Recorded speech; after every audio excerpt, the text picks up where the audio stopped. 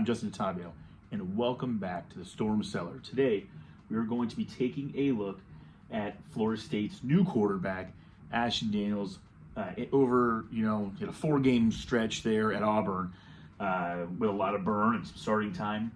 Here it's the Iron Bowl. He's playing against Alabama. This is from 2025, and so we are going to take a nice little look at how he performed. I mean, he will be Mike Norvell's either savior or just one more in the line of whoops, for Florida State, and maybe the end of the Norvell tenure in Tallahassee. So let's take a quick look here at what he had going on. We're going to look first at some ball placement stuff. So Daniels fires, right? Now with the positioning of this defender, you're going to have to throw the ball down and away, right? So away from the other guy's hands. Your guy knows, about where you're normally going with the ball.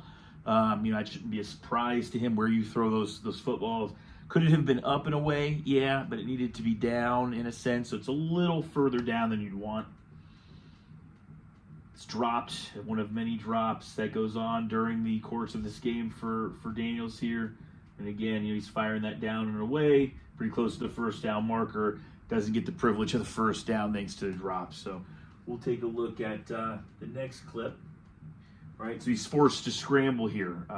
He's got trips, right? It's a trips open set, a little bit of a tighter split here into the boundary. And our back is to the single receiver side. We're getting mesh, right? A very common route combination that Miami fans should understand. It's the air raid concept. Coming right through, he's going to bow up. Daniels is forced to scramble a little bit. We get into scramble drill.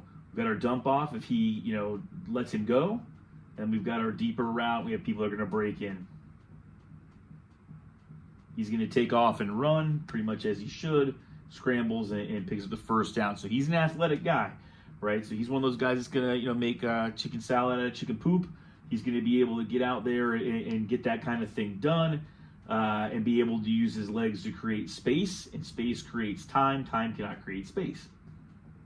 Right, so you've got it here. This guy gets beat inside, starts to wash. When that guy washes down, you've got to escape out. That guy washes out, you would press back in.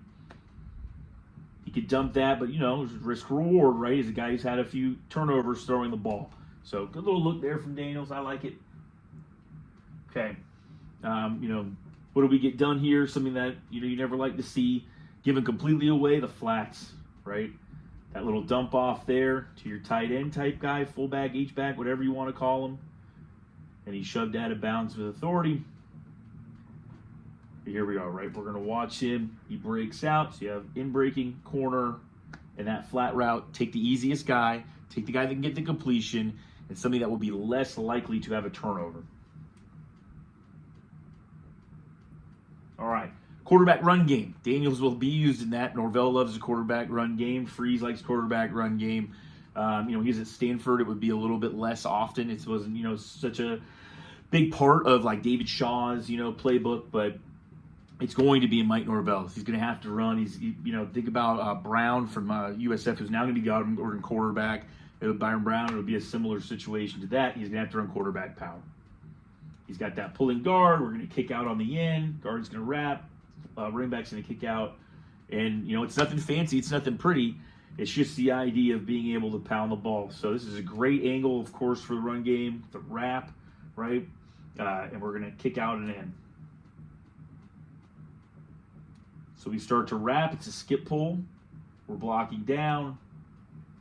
We're looking for somebody out here to kick out, right? Drive to the sideline. And we're going to follow behind this big lineman.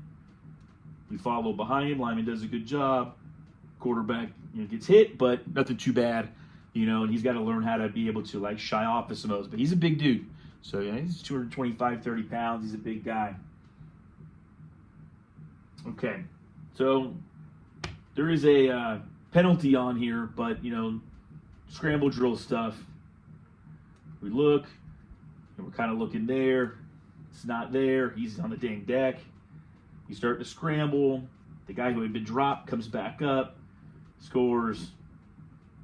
It is a nice play. So Daniels going to be an issue when he gets out of the pocket and starts to scramble. So guys like Lightfoot and Wilson are going to have to kind of box him in. You want to rush outside hip of the quarterback, right? So right now he's facing this way. It's going to be this hip. Now it's going to be that hip, right? You want to pressure as an end outside hip. So he starts to pressure because he's interior alignment, inside hip. No one's out there on the outside hip. And he's able to get free. All right, so here we have another scramble, right? So he's making a lot of stuff happen, outside of the normal scope of the pass game.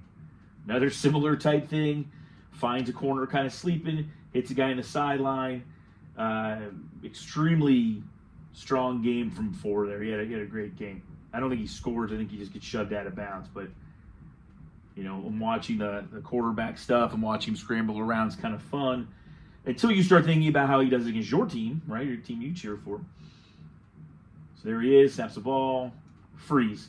So that interior pressure, right? The guy that is doubled there, starting to quit. It's the pocket starting to close. He could rush this way, but clearly he can't. And so he's going to escape outside. There he goes, right? Now he can escape outside. You've got to let go as a lineman, let him free. Now your scramble drill breaks out. He can't be stationary. He's going to start moving. He starts to move for him. That route obviously is going to come open, and he's got this guy waving like a madman.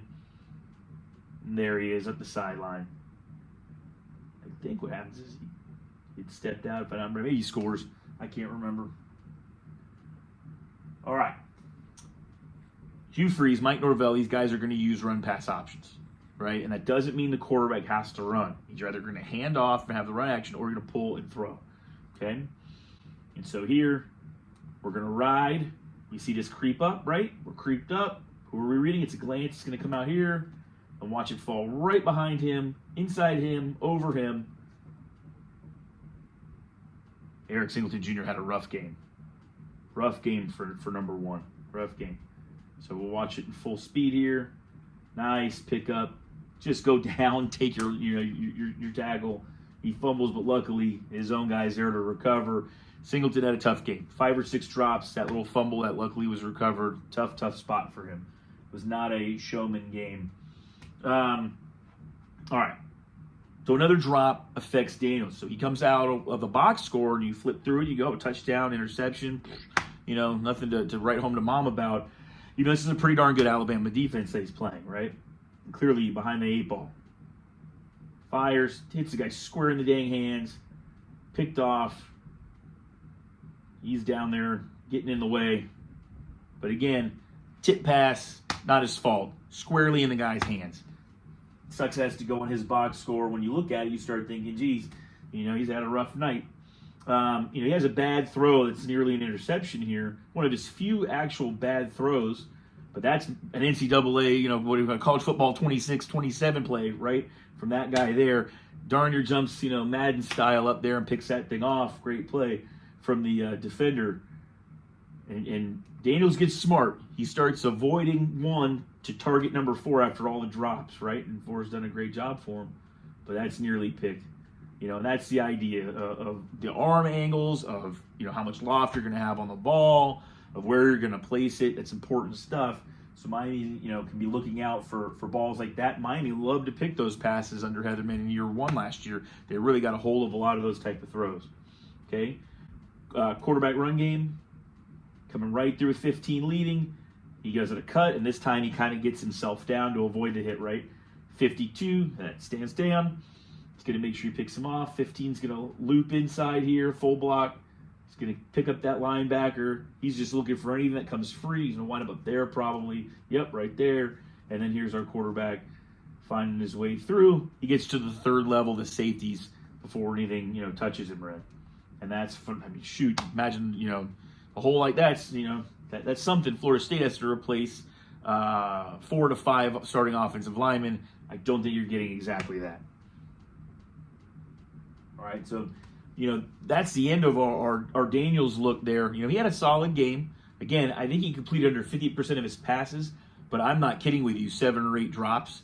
So as you're taking a look at a guy, if Florida State, has Deuce Robinson and a couple of Weisner and these weapons that they have, and a pretty solid tight end, if they don't drop the ball like that, he's going to be a tough guy. He's going to be hard to bring down on a sack. He's going to be hard to bring down for a tackle for loss in a QB run game. And he's relatively accurate. I think he completed 60% of his passes over his career between Stanford and Auburn, 2 struggling programs. Now he'll be at Florida State, a 3rd struggling program. But I think he can help elevate that, obviously, over the level of a Castellanos or DJU or somebody like that. I think he can be a big body version of Jordan Travis and make some things happen. If he has that leadership, I'm not sure. He obviously has the intelligence level, having gone to Stanford. So that's the end of our Daniels preview. Check out all the videos. Check out the playlist.